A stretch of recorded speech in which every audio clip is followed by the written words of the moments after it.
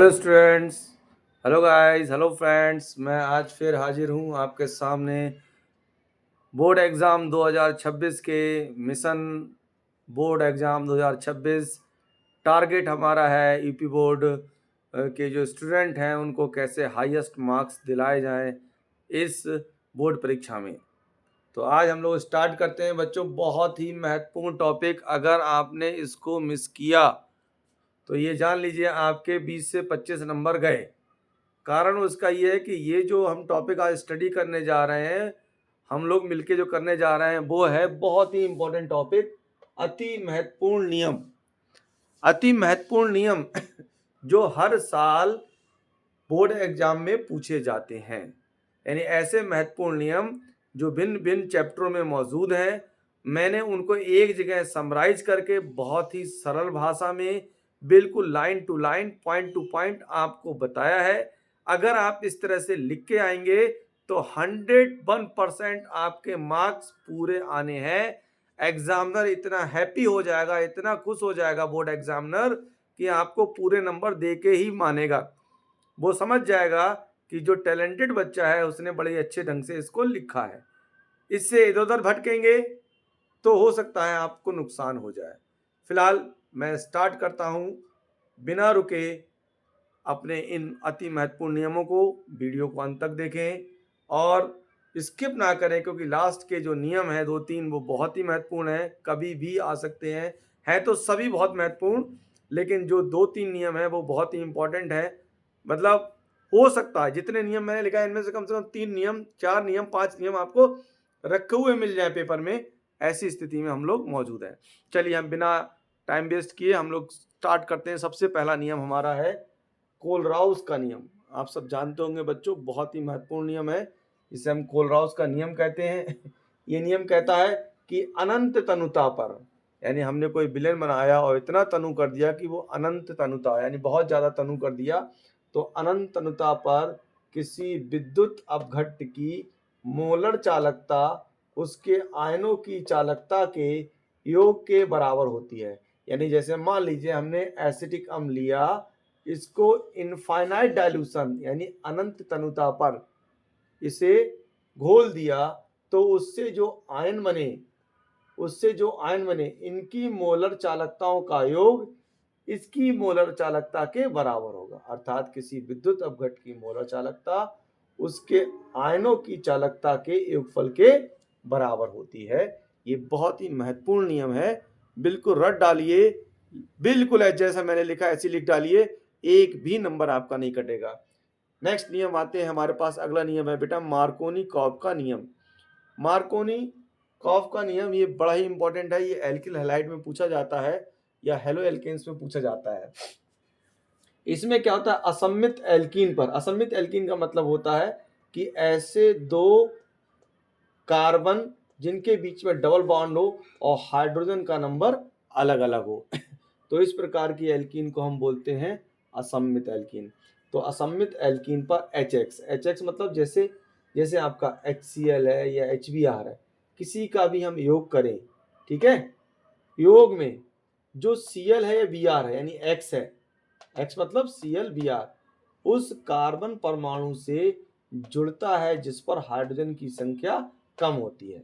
अब हमने यहाँ HX ले लिया, X मतलब ClBr, तो ये Cl या Br उस डबल बॉन्ड वाले कार्बन जुड़ेगा जिसके पास हाइड्रोजन की संख्या कम होगी। देखिए यहाँ पर हाइड्रोजन की संख्या कम है, ये इसके साथ आके जुड़ गया, ये प्रोपीन से ये यौगिक बन जाता है और ये प्रोपीन जो है वो एक आपकी असम्मित एल्कीन है। नेक्स्ट बच्चों, इसी के अपोजिट एक नियम होता है एंटी मार्कोनिकॉफ नियम। एंटी मार्कोनिकॉफ नियम क्या है वो मैं आपको बताने जा रहा हूँ। एंटी मार्कोनिकॉफ नियम बड़ा ही महत्वपूर्ण नियम है, समझेंगे समझ में आ जाएगा, बिल्कुल ही क्लियर हो जाएगा। देखिएगा एंटी मार्कोनिकॉफ नियम। एंटी मार्कोनिकॉफ नियम क्या है बच्चों, अगर हम इसको ध्यान से सीखें तो एंटी मार्कोनिकॉफ नियम बड़ा ही आसान है। ये नियम ये कहता है कि पेरोक्साइड की उपस्थिति में, पेरोक्साइड, कोई पेरोक्साइड जैसे बेंजोइल पेरोक्साइड है ना, तो पेरोक्साइड की उपस्थिति में एल्कीन में, वो भी कौन सी एल्कीन, असम्मित एल्कीन, असम्मित एल्कीन में HBr, केवल HBr, इसके अलावा किसी और का नहीं, याद रखिएगा, केवल HBr का योग होगा। आप सोचे हम HCl का कर दें, HI का कर देना, HBr का योग। तो परऑक्साइड की उपस्थिति में एल्कीन में HBr के योग में Br, जो HBr का Br है, उस कार्बन परमाणु से जुड़ता है जिस पर हाइड्रोजन परमाणु की संख्या क्या होती है? अधिक होती है, कम नहीं होती है, अधिक, क्योंकि हमें उल्टा चलना है, संख्या अधिक होती है। फिर से सुन लें, परऑक्साइड की उपस्थिति में एल्कीन में HBr के योग में Br उस कार्बन परमाणु से जुड़ता है जिस पर हाइड्रोजन की संख्या अधिक होती है। अब देखिए, डबल बॉन्ड वाले दो कार्बन परमाणु हैं, इसमें किसके पास हाइड्रोजन संख्या ज्यादा है? यहाँ 2 है और यहाँ 1 है, तो ये Br कहाँ जुड़ेगा? इस 2 के साथ, और H जुड़ेगा कम वाले के साथ। देखिए ये बन गया CH3 CH2 CH2 Br। तो इस तरह से हमारा ये बनके तैयार हो गया बन ब्रोमोप्रोपीन, हमारा बनके तैयार हो गया बन ब्रोमोप्रोपीन। और ये हमारा एंटी मार्कोनिकॉफ नियम है।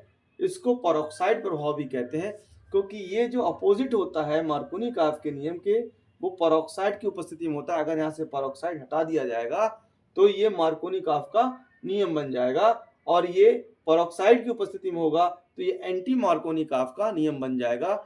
इसे दो वैज्ञानिक थे, खैरेश और मायो ने इसको खोजा था, इसलिए इसको खैरेश प्रभाव भी कहते हैं, परऑक्साइड प्रभाव भी कहते हैं और खैरेश प्रभाव भी इसको कहते हैं। अब हम लोग बात करने जा रहे हैं अगले नियम पे, बहुत ही महत्वपूर्ण नियम है, इस नियम को भी हमें समझना है, हेनरी का नियम। बिल्कुल ऐसे ही लिख के आइए, फालतू की बकवास मत लिखिएगा, शॉर्ट में लिखिएगा, क्योंकि 2 मार्क्स में ये आता है और बहुत ही महत्वपूर्ण नियम है, इसलिए हमें बहुत लंबी बातें नहीं लिखनी है, केवल पॉइंट टू पॉइंट लिखना है। जैसा कि मैंने आपको पहले बताया था, अगर आप पॉइंट टू पॉइंट लिखेंगे आपको 100% मार्क्स मिलते हैं, आपको कोई नंबर नहीं काट सकता, और जो आपका बोर्ड एग्जामिनर है वो भी आपसे बहुत खुश होता है। फालतू की आप बकवास लिखते हैं, वहाँ पे बहुत लंबी लंबी बातें लिखते हैं, तो वो इरिटेट हो जाता है, तो हो सकता है वो आपके मार्क्स को भी कट कर दे, कहेगा यार क्या बेवकूफ़ बनाने की कोशिश कर रहा है स्टूडेंट मुझे। जबकि पॉइंट टू पॉइंट लिखा होगा वो तुरंत समझ जाएगा कि this student is highly intelligent, बहुत ही क्वालिफाइड स्टूडेंट है, इसलिए मैं आपको यहाँ पर सारी बातें पॉइंट टू पॉइंट लिखा रहा हूँ। फालतू की बकवास लिखेंगे, कॉपी भरेंगे, उससे आपके मार्क्स नहीं मिलते हैं, बल्कि आप और नुकसान में हो जाते हैं, क्योंकि जो एग्जामिनर होता है, बोर्ड एग्जामिनर, वो इरिटेट हो जाता है कि स्टूडेंट जो है वो अननेसेसरी जो है मिसगाइड कर रहा है। तो ऐसी कंडीशन ना आए, आपको बिल्कुल पॉइंट टू पॉइंट लिखना है। तो हेनरी का नियम क्या है? गैस की विलेयता समानुपाती होती है गैस का दाब। जितना ज़्यादा गैस का दाब होगा, गैस की विलेयता द्रव में उतनी ही ज़्यादा होती है। बिल्कुल क्लियर है, गैस की विलेयता समानुपाती गैस का दाब। गैस का दाब बढ़ाएंगे, गैस की विलेयता द्रव में ज़्यादा हो जाएगी, यानी M मतलब गैस की विलेयता की मात्रा, और दाब यानी गैस का दाब, तो M समानुपाती हो गया P, और M बराबर Kp। K मतलब यहाँ पर एक स्थिरांक है, जिसे हेनरी स्थिरांक कहते हैं, ये हो जाता है। अब इसका यूज कहाँ होता है? यूज बड़ा आसान है, ठंडे पे का मतलब जैसे कोल्ड ड्रिंक हो गया, इसमें इसका यूज होता है, सोडा वाटर में इसका यूज होता है, और भी बहुत से एग्जाम्पल हैं, लेकिन आपको 2 मार्क्स में 2 एग्जाम्पल पर्याप्त है, फालतू की और ज़्यादा एग्जाम्पल आपको लिखने की आवश्यकता नहीं है। नेक्स्ट बेटा आपका नियम आता है वान टॉप गुणांक। ये बहुत ही इंपॉर्टेंट है, बहुत ही महत्वपूर्ण है, इसको भी आप ध्यान से सीखेंगे कि वान टॉप गुणांक है क्या। वान टॉप गुणांक बेटा बड़ा ही आसान है, देखिए सीखेंगे हम लोग बड़ी आसान तरीके से। वह संख्या है जो बताती है कि बिलियन में, ये वान टॉप गुणांक वह संख्या है जो बताती है कि बिलियन में किसी पदार्थ के घुलने पर, यानी बिलियन में अगर हम कोई पदार्थ घोलें तो घुलने पर वास्तविक कणों की संख्या अपेक्षित कणों की संख्या से कितनी है। यानी जो मान लो हमने एक NaCl घोला और NaCl टूट जाता है Na+Cl- में, तो हमने कण तो एक घोला लेकिन आयन बन गए 2, तो घुलने पर वास्तविक कणों की संख्या और अपेक्षित कणों की संख्या से कितनी अधिक है। हमने तो एक घोला था, हमें मालूम था कि एक ही घुलेगा, लेकिन वहां पर बन गए 2, तो वो होती है वास्तविक और अपेक्षित। तो इसको हम I से प्रदर्शित करते हैं बच्चों, ये I से प्रदर्शित किया जाता है, और इसमें क्या होता है बिलियन में कणों की वास्तविक संख्या, बिलियन में कणों की वास्तविक संख्या बटे अपेक्षित कणों की संख्या, ये आई इस तरह से हम कैलकुलेट कर सकते हैं, इसकी गणना कर सकते हैं। बड़ा ही आसान है, कोई दिक्कत वाली बात ही नहीं है यहाँ पे कि हम कुछ और सीखें, बहुत आसान है यहाँ पे। अच्छा बच्चों, अब हम बात करते हैं यहाँ पे आई का मान कब क्या होता है, यानी आई का मान कब क्या होता है। ये कहते हैं कि कोई आयनीकरण नहीं हुआ, यानी हमने कोई पदार्थ विलयन में मिलाया और कोई आयन नहीं बना तो आई का मान क्या होगा, तो बोला आई का मान बराबर 1। अगर उल्टा चले, अगर आई का मान 1 आता है, इसका तात्पर्य ये है कि जो हमने पदार्थ पानी में या विलयन जिस पदार्थ का बनाया है वो आयनित नहीं हुआ है, ये हुआ। दूसरा आता है आयनीकरण होता है, यानी आई का मान 1 से अधिक। अब यहां से हम उल्टा चले कि अगर आई का मान 1 से ज्यादा आता है, 1, 2, 3, 4, इसका मतलब जो हमने पदार्थ खोला है वो आयनों में टूट गया है, अर्थात 1 से 2 हो गया, 2 से 3 हो गया, 3 से 4 हो गया, यानी ये क्या होता है, आयनीकरण हो जाता है।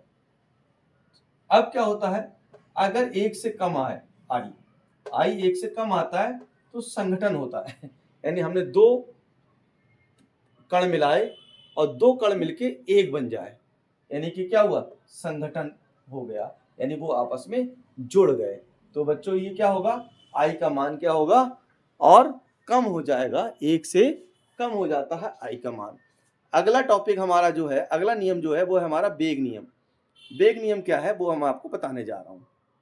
देखिए दिख रहा होगा वेग नियम। वेग नियम भी बड़ा आसान है अभिक्रिया की दर समानुपाती होती है अभिकारकों की सांद्रता की। अभिकारकों की जो सांद्रता होती है वो अभिक्रिया की दर के समानुपाती होती है, अर्थात अभिक्रिया की दर जो होती है वो अभिकारकों की सांद्रता के समानुपाती होती है। फॉर एग्जाम्पल, जैसे ए से कोई बी बन रहा है, ए से कोई बी बन रहा है, तो वेग नियम क्या होगा, दर मतलब वेग, रेट इक्वल टू क्या होगा, के, सक्रिय द्रव्यमान ए के, यानी दर जो होती है वो सक्रिय द्रव्यमान ए के बराबर हो जाती है या समानुपाती हो जाती है। ये अभिक्रिया का वेग नियम था। तो बच्चों मैंने आपको यहाँ पे आज बहुत ही महत्वपूर्ण जो नियम दिए हैं, ये बोर्ड में 100% आते हैं, 100% ये बोर्ड में आते हैं, इसलिए बच्चों इनको आप बड़े ही ध्यान से पढ़ लेंगे और याद कर लेंगे। और अगर कोई दिक्कत होगी तो कमेंट बॉक्स में ज़रूर लिखेंगे। वीडियो अच्छी लगे तो लाइक शेयर सब्सक्राइब करिए और ऐसे ही अपना प्यार बनाए रखिए, मुझे एनर्जी देते रहिए ताकि मैं आपको और अच्छे अच्छे कंटेंट देता रहूँगा बेटे। लेकिन ये मिस मत करना वीडियो को, कि ये जो वीडियो में जो मैंने जितने लॉज बताए हैं ये बहुत ही महत्वपूर्ण लॉ हैं।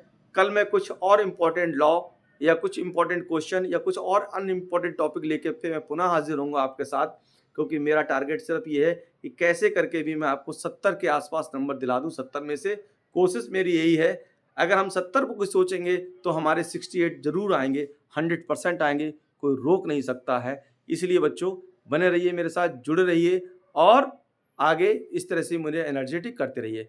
कल मिलेंगे पुनः इसी समय और नई ऊर्जा के साथ, नए टॉपिक के साथ। अच्छा लगे जरूर सब्सक्राइब करिए, शेयर करिए, अपने फ्रेंड को शेयर करिए ताकि मुझे अच्छा से अच्छा मोटिवेशन मिल सके, क्योंकि आपका मोटिवेशन ही मुझे आगे ले जाएगा और मैं अच्छा कर सकूंगा और अच्छा कंटेंट आपको दे सकूंगा। क्योंकि मेरे यहाँ इस चैनल पे किसी प्रकार का कोई भी स्टंटबाजी नहीं है। सिंपल सी बात है कि बच्चों अगर आपने ये लॉज तैयार कर लिए तो 101% मैं आपको लिख के देता हूँ, ऐसा कोई भी एग्ज़ाम नहीं है जिसमें आप बहुत अच्छा ना कर सकें। ठीक है बच्चों, ओके बाय बाय।